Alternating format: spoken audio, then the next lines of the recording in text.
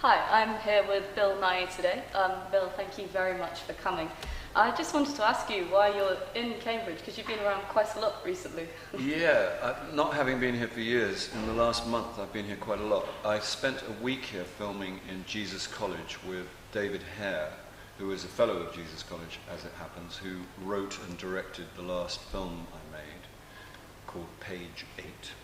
And I'm currently here because I came to speak at the Water Sprite Film Festival, which is in its second year and going strong. I wanted to pick you up on that actually, because I'm a Jesus student, and I hear that you very nearly achieved what all Jesus students aspire to, which is riding the famous Jesus horse. I was so close. What happened?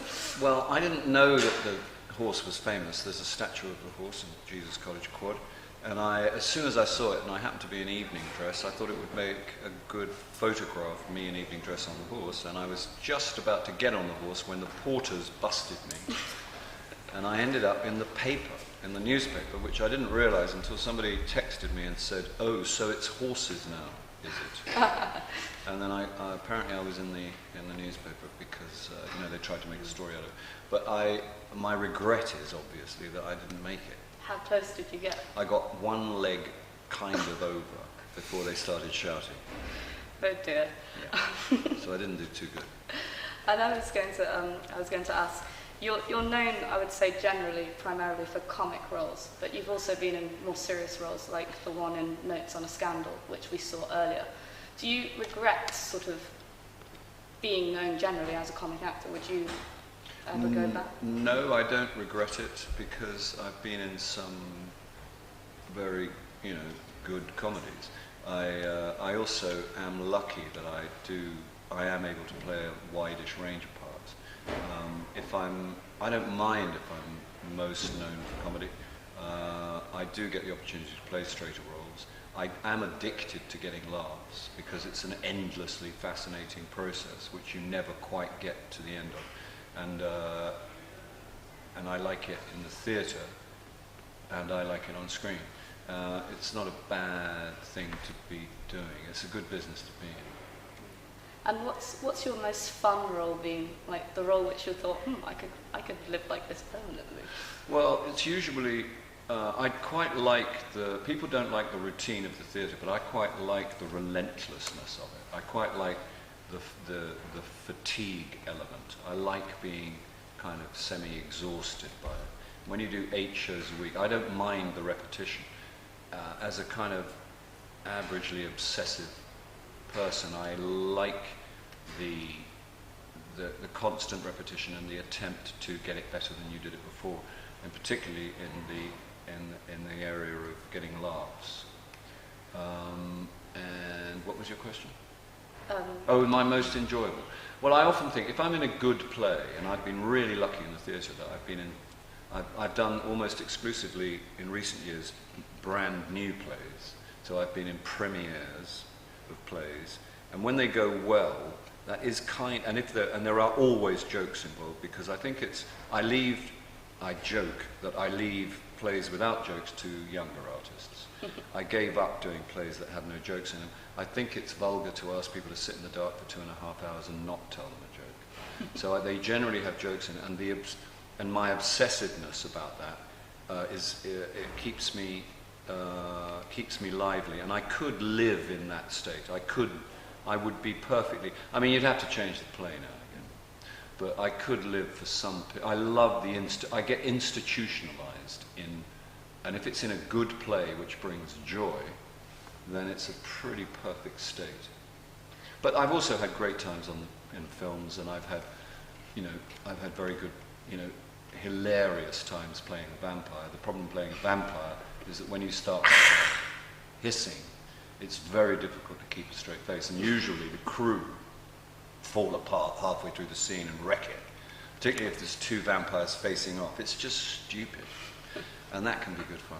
What was your inspiration for the hiss? Was it a cat or? I don't know. I don't know what came over me. Panic is usually. I mean, you're asked to play. I was asked to play a vampire who'd been asleep for 1,000 years and had no flesh. So they covered me in latex, which took 6 hours, and it was a deeply uncomfortable and lonely experience. I had no idea they were going to do it. If I'd known, I would never have taken the job. And then no one will have lunch with you. You know what I mean? So it's very, very lonely. But and you reach to the top shelf and think, well, I'll hiss. I mean, it's not. I had no plans to hiss. But apparently, when you're covered in latex and they say action, you start doing stuff like that. I have no kind of sensible reason for doing it. I see. And on stage, is there a role that you've never played which you'd like to play? Because I know some actors have sort of roles they covet. No, there absolutely isn't. I know that actors have, they want to play this. I've never wanted to play anything. I don't like playing anything to do with any classical roles whatsoever. I will act. I wouldn't be an actor if I had to do that. I have no interest in the performing of Shakespeare, for instance. I'm aware that he's the greatest poet we have, but the performing of it I leave to other people. I don't really want to watch it either, because so few people can pull it off. But and therefore I don't have any parts I burn to play. I like doing new plays, and if you've been spoiled, as I have, we're doing almost exclusively new plays. Apart from one exception, I played Trigorin, I did play Trigorin in The Seagull, after I took the gig, I realised that it was something that I had wanted to do, kind of thing, because there were no. When I was starting out, there weren't many. I didn't like the classical tradition of acting that I saw up ahead, the older artists. I didn't admire it. I didn't get it. I had no enthusiasm for it. It just seemed lame to me. And also, at my drama school, I didn't see anyone doing anything that I wanted to do or that I felt was hip. And there was one guy who wasn't like the others, and he played Trigorin, and he played it simply, and it seemed to me, truthfully, and I kind of got it, and I thought, oh, I see, you can be like that. You don't have to be like that, you can be like that. And then and that was part of me getting interested. So Trigorin, but I played it, so it's fine.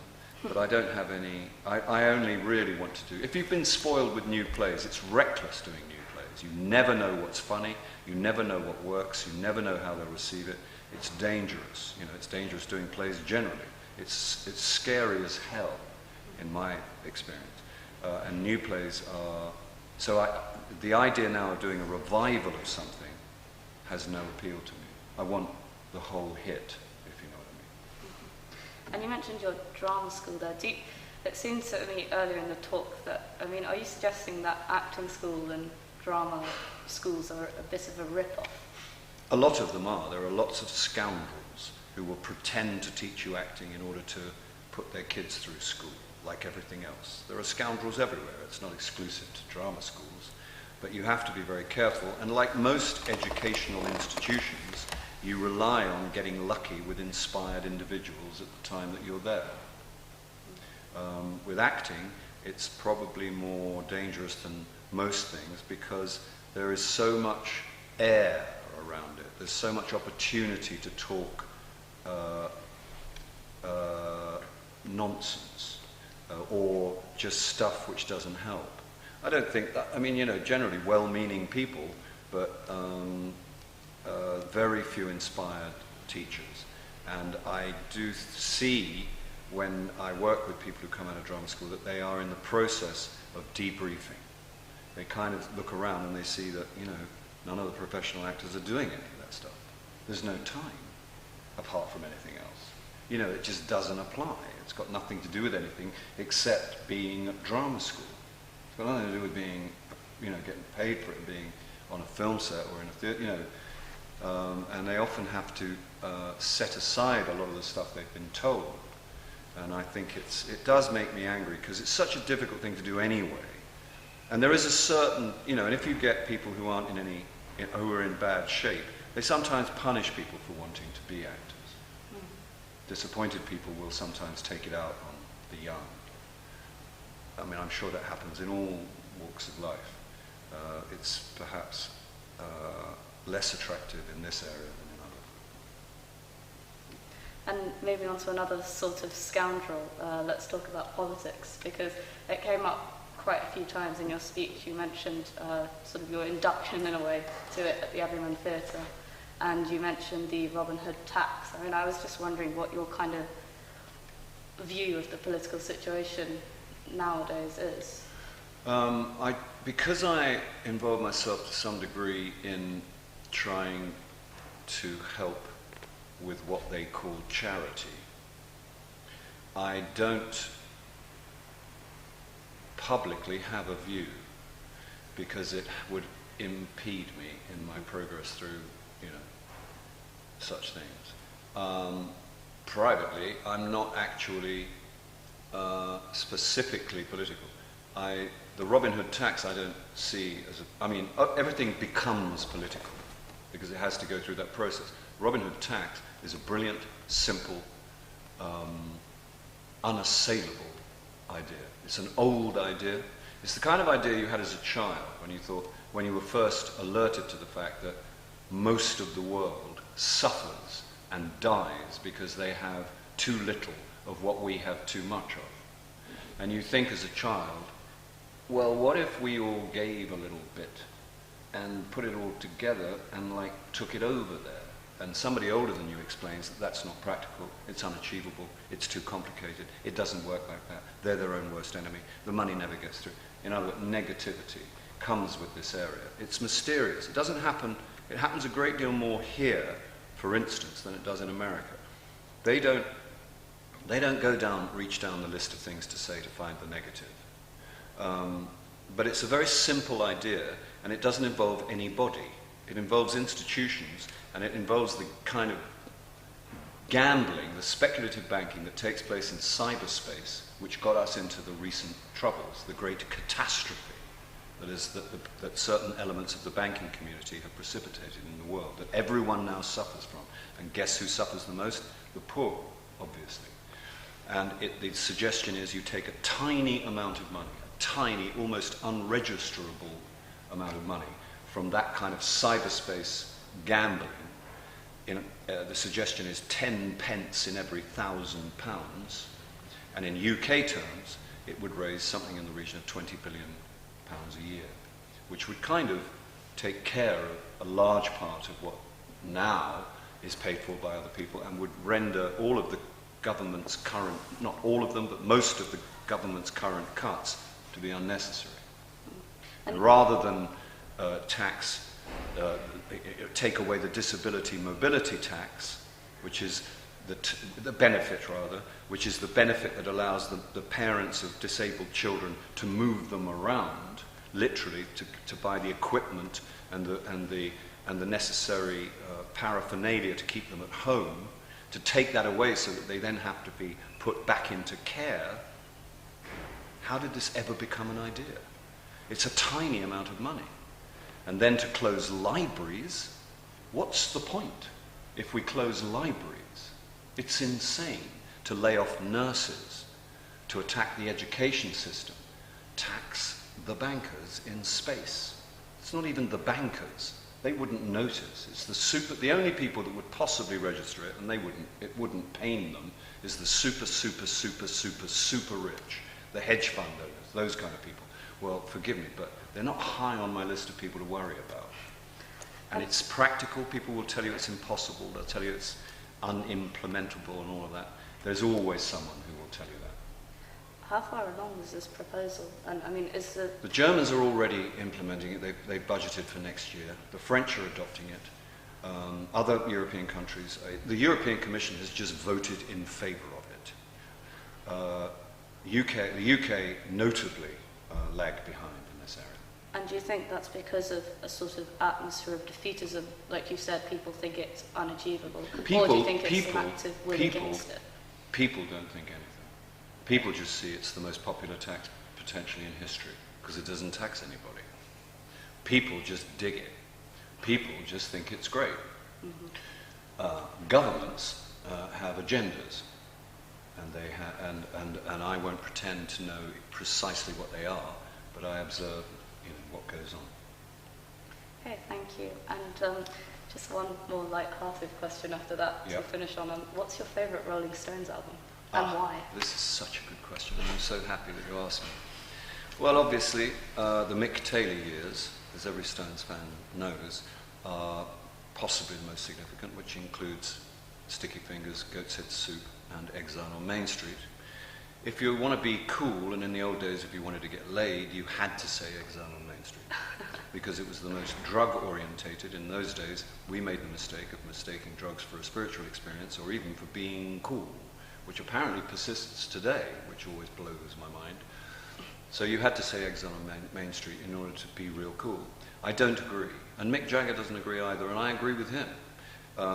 I think, weirdly, and it's always reviewed very badly in retrospect and at the time, Goat's Head Soup is my default position. If I don't know what to do, if I don't know what to put on, if I can't think, I put on the third track usually, which is 100 Years Ago. No, it's Coming Down Again, sorry.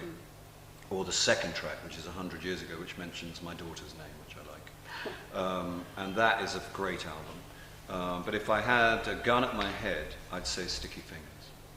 Do you know what Mick Jagger's favourite Stones album is? No. Do you? No. No, I don't.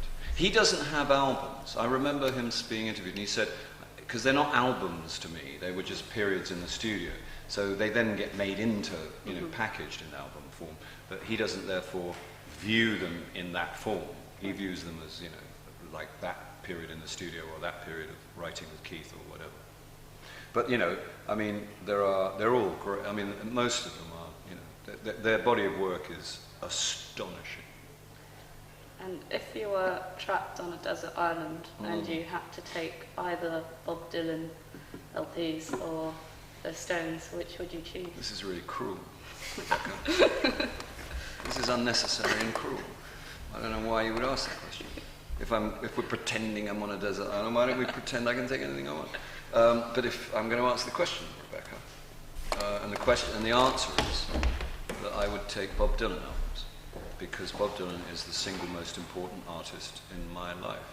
And I listen to Bob Dylan every day, now that I've worked out the shuffle facility on my iPod. And there's never going to be a playlist that doesn't include Bob. And I go to Bob when I feel bad, and I go to Bob when I feel good. And if it weren't for Bob, I'd be in trouble, and I never want Bob to die, because there's going to be this horrible hole where Bob used to be. I love Bob Dylan. And on that note, I think we'll finish. Check me out. Thank you very much. Thank you, Rebecca. We shake hands. Thank you.